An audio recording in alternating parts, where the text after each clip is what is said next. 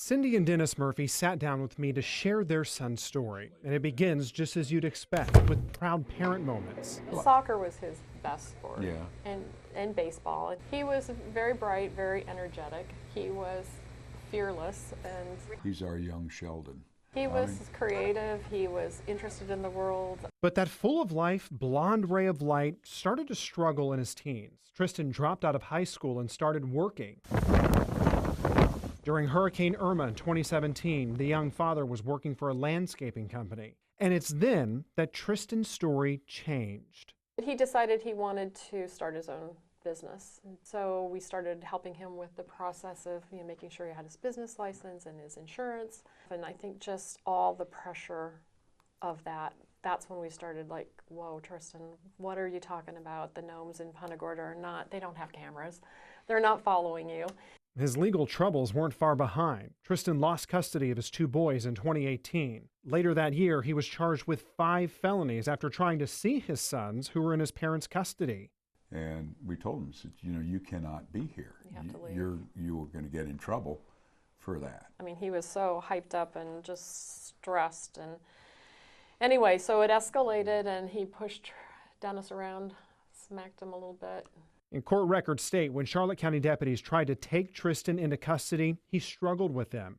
A lieutenant tased Tristan in his stomach and side area. They also used knee strikes and a baton before arresting him and taking him to jail. He was just pacing in front of the video camera, wouldn't sit down, but was talking to me, very agitated, using the F word a whole lot, and had told me that he had been found on the floor of his cell, and he had had gallbladder surgery because he'd been found bleeding internally on his jail cell, and none of it was true. I mean, he had not at that point been diagnosed with schizophrenia, so we didn't know how bad his mental condition was. 5 months after his arrest, Tristan was declared incompetent to stand trial.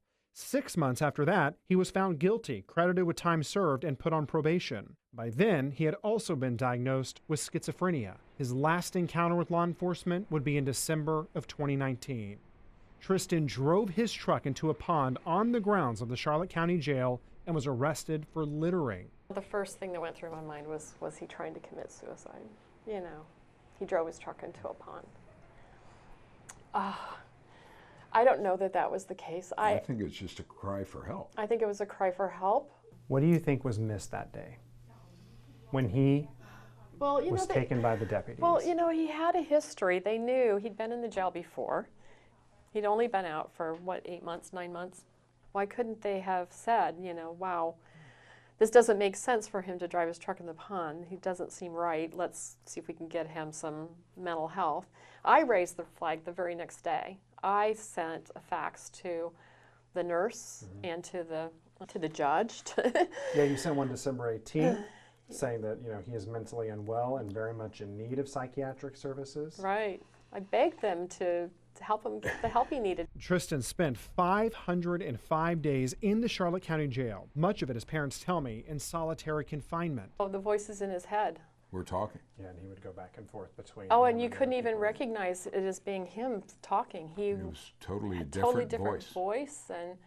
And it'd be like, ma'am, you need to listen to your son. He knows what he's talking about. You need to do what he says. And Tristan would be found guilty a year and a half after his initial arrest and sent to the South Florida Reception Center in Miami-Dade County. It's the last place that he would ever be locked up. Their fun, loving, athletic ray of sunshine took his own life after he was handed a chainsaw on work duty.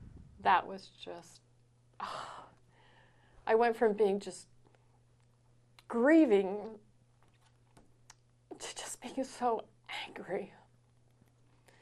Like, how could somebody with his mental health have been given access to the chainsaw? And that's a good question, one that the Murphys cannot get answers to. Tristan's fellow inmates are the only ones who offered insight. It was captured on law enforcement body cameras. And as soon as he got the throttle to fire on it, he put it right to his He talks himself, pops his jaw a lot. I honestly don't know how he made it through physical and stuff. But unbelievable. That was the most shocking thing. I mean, I was shocked when I got the phone call that he was gone. I mean, they told us that he had been found dead. that morning, wouldn't give us any details.